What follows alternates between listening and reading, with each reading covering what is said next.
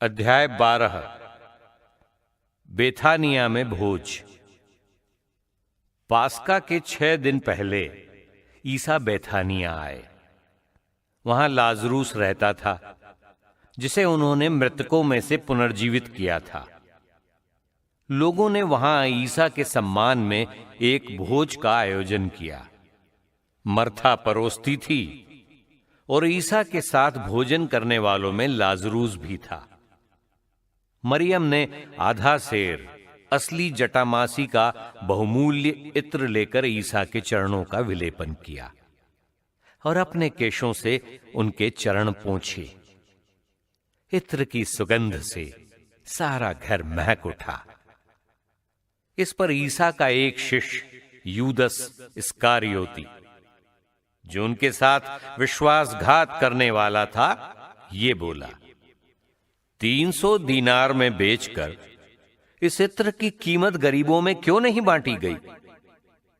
उसने ये इसलिए नहीं कहा कि उसे गरीबों की चिंता थी, बल्कि इसलिए कि वो चोर था। उसके पास थैली रहती थी और उसमें जो डाला जाता था वो उसे निकाल लेता था। ईसा ने कहा, इसे छोड़ दो। इसने मेरे दफन के दिन की तैयारी में ये काम किया। गरीब तो बराबर तुम्हारे साथ रहेंगे, किंतु मैं हमेशा तुम्हारे साथ नहीं रहूंगा। बहुत से यहूदियों को पता चला कि ईसा वहां हैं। वे ईसा के कारण ही नहीं, बल्कि उस लाजरूस को भी देखने आए जिसे ईसा ने मृतकों में से पुनर्जीवित किया था। इसलिए महायाजकों ने लाजरूस को भी मार डालने का निश्चय किया, क्योंकि उसी के कारण बहुत से लोग उनसे अलग हो रहे थे और ईसा में विश्वास करते थे। यरूशलेम में ईसा का प्रवेश। दूसरे दिन पर्व के लिए आए हुए विशाल जनसमूह को पता चला कि ईसा यरूशलेम आ रहे हैं। इसलिए वे लोग खजूर की डालियां लिए उनकी अगवानी करने निकले और ये नारा लगाते रहे, होसन्ना, धन्य है वो जो प्रभु के नाम पर आते हैं, धन्य है इज़राइल के राजा। ईसा को गदही का बछड़ा मिला और वो उस पर सवार हो गए, जैसा कि धर्म ग्रंथ में लिखा है, सियोन की पुत्री, नहीं डरना, तेरे राजा गदही के बछड़े पर सवार होकर तेरे पास आ रहे हैं। ईसा के शिष्य पहले ये नहीं समझते थे, परंतु ईसा के महिमान्वित हो जाने के बाद उन्हें याद आया कि ये उनके विषय में लिखा हुआ था और लोगों ने उनके साथ ऐसा ही किया था। जब ईसा ने लाजरूस को कब्र से बाहर बुलाकर मृतकों में से जिलाया था, उस समय जो लोग उनके साथ थे वे उस घटना की चर्चा करते रहे। इसलिए बहुत से लोग ईसा की अगवानी करने निकले थे। उन्होंने सुना था कि ईसा ने यह चमत्कार दिखाया था। ये सब देखकर फरीसियों ने एक दूसरे से कहा, तुम्हारी तो एक भी नहीं चलती। देखो, सारी दुनिया उसी के पीछे चल पड़ी है। ईसा और यूनानी तीर्थयात्री। जो लोग पर्व के अवसर पर आराधना करने आए थे, उनमें कुछ यूनानी थे। उन्होंने फिलिप के पास आकर यह निवेदन किया, महाशय, हम ईसा से मिलना चाहते हैं।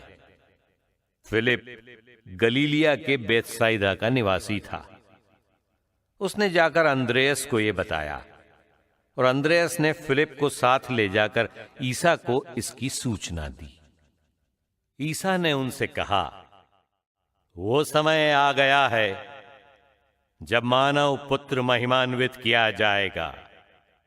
मैं तुम लोगों से ये कहता हूं, जब तक गेहूं का दाना मिट्टी में गिरकर नहीं मर जाता, तब तक वो अकेला ही रहता है, परंतु यदि वो मर जाता है तो बहुत फल देता है। जो अपने जीवन को प्यार करता है वो उसका सर्वनाश करता है, और जो इस संसार में अपने जीवन से बैर करता है वो उसे अनंत जीवन के लिए सुरक्षित रखता है। यदि कोई मेरी सेवा करना चाहता है तो वो मेरा अनुसरण करे। जहां मैं हूं वहीं मेरा सेवक भी होगा। जो मेरी सेवा करेगा मेरा पिता उसको सम्मान प्रदान करेगा। अब मेरी आत्मा व्याकुल है।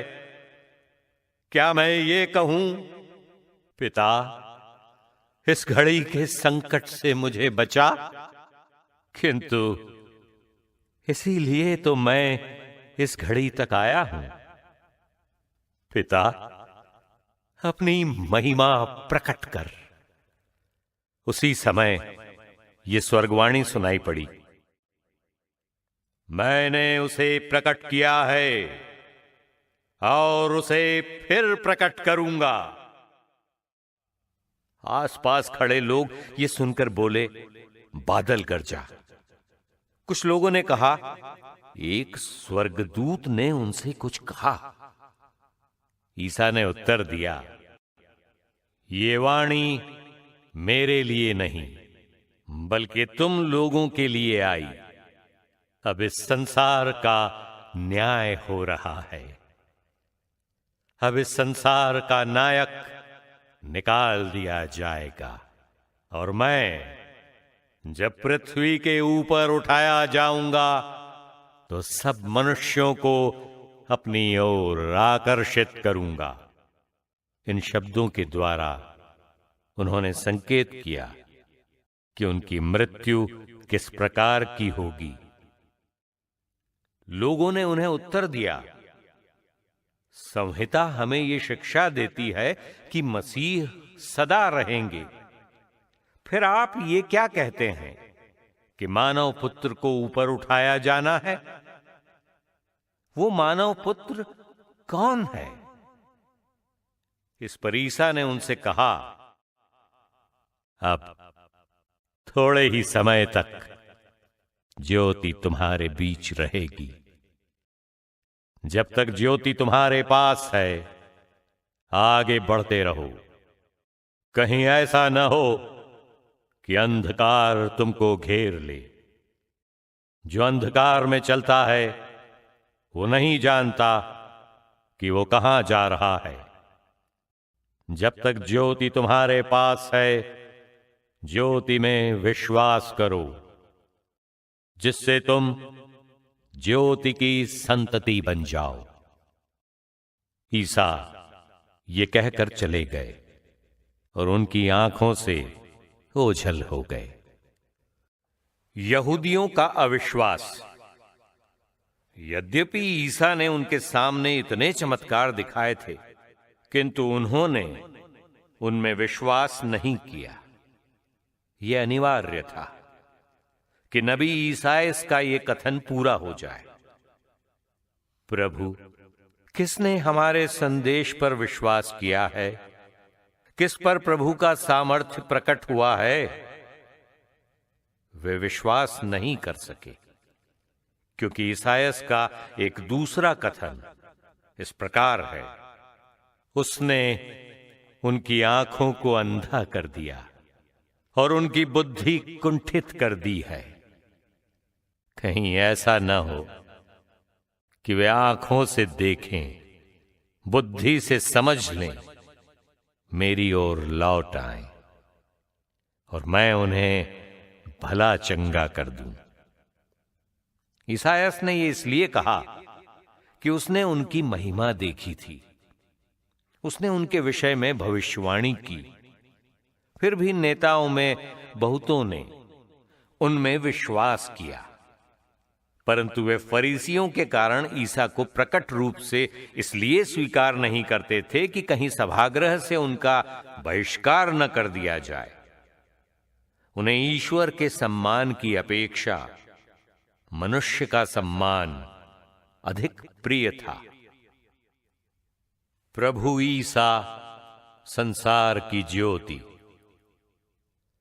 ईसा ने पुकार कर कहा, जो मुझ में विश्वास करता है वो मुझ में नहीं बल्कि जिसने मुझे भेजा उसमें विश्वास करता है, और जो मुझे देखता है वो उसको देखता है जिसने मुझे भेजा। मैं ज्योति बनकर संसार में आया हूं, जिससे जो मुझ में विश्वास करता है वो अंधकार में ही नहीं रहे।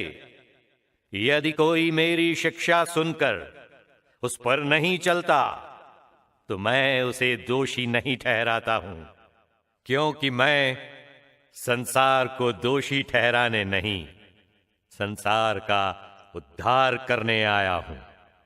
जो मेरा तिरस्कार करता और मेरी शिक्षा ग्रहण करने से इनकार करता है वो अवश्य ही दोषी ठहराया जाएगा। जो शिक्षा मैंने दी है वही उसे अंतिम दिन दोषी ठहरा देगी। मैंने अपनी ओर से कुछ नहीं कहा, पिता ने जिसने मुझे भेजा आदेश दिया है कि मुझे क्या कहना और कैसे बोलना है। मैं जानता हूं कि उसका आदेश अनंत जीवन है, इसलिए मैं जो कुछ कहता हूं उसे वैसे ही कहता हूं जैसे पिता ने मुझसे कहा है।